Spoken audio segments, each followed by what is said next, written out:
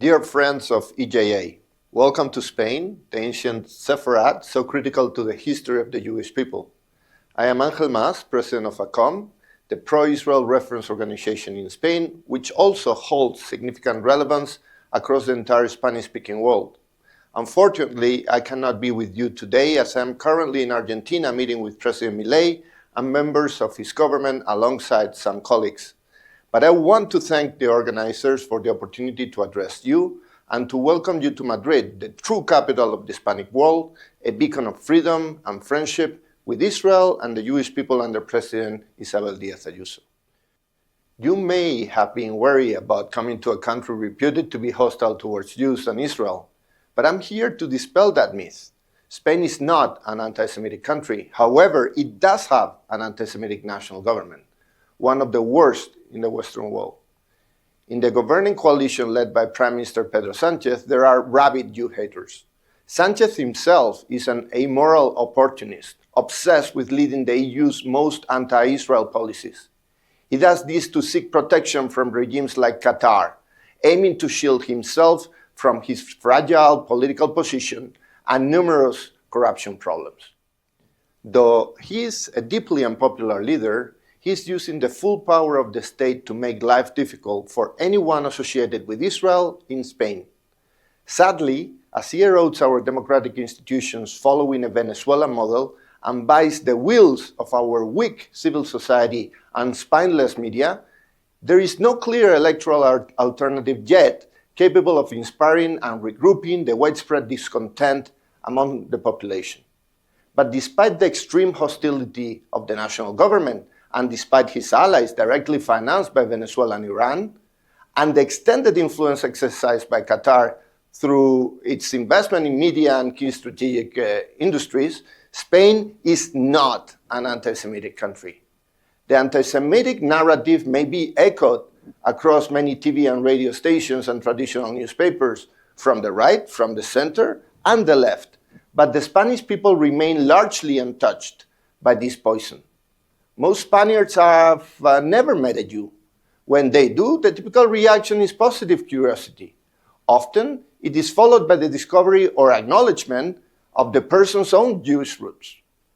Yes, the biased education system and the media poisons minds, but the ancient anti-Jewish sentiments once inspired by the church has largely disappeared.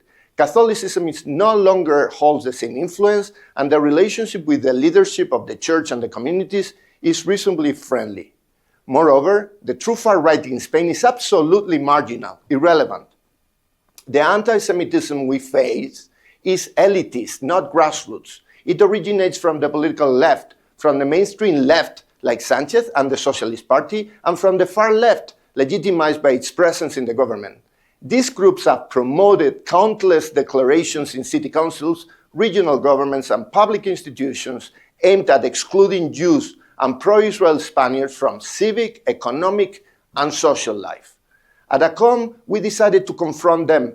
Over the last 10 years, we have won 86 legal cases against various government bodies, including victories in the superior tribunals and Spain's Supreme Court. We have lost none. We have also educated the political opposition on the reality of Israel, our shared values, our common interests, building strong alliances along the way. Out of Spain's 17 regional governments, 14, all but Catalonia, the Basque Country, and Asturias, are solid supporters of Israel. The pro-Israel perspective is now well covered in new electronic media, as well as by influential columnists and popular voices on social media. Despite the small number of Jews in Spain, the law of nationality for Sephardim means that if we organize ourselves wisely, we could become a meaningful electoral force. Importantly, Spain does not yet suffer from the Muslim immigration challenges that fuel anti-Semitism elsewhere in Europe. Most of our immigrant population comes from Hispanic America, where there is little to no anti-Jewish bias. In fact, with the strategic action and determination, Spain could become a strong pillar of support for Israel. ACOM is ready to pursue that goal alongside like-minded friends such as EJA, and our enemies know this, and that's why they fear us.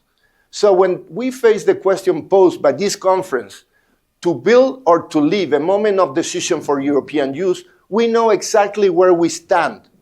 We stay, but not as dhimmis, not as bland Jews aligned with institutions that merely aspire to be tolerated or that downplay our unbreakable link to Eretz Israel and Medinat Israel.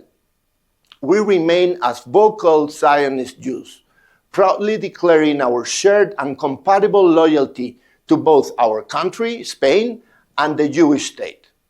The bond between the diaspora and Israeli Jews is an asset we must continue to nurture.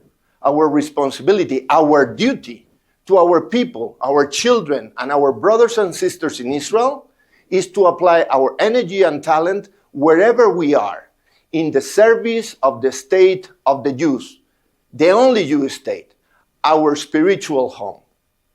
ACOM's message is clear. We will not surrender Spain to thuggery and hatred. We will fight back. Our ancestors were expelled from this country once, 500 years ago. It will not happen again, not under our watch. We are back, and we are back to stay. Viva España, and Am Israel Chai.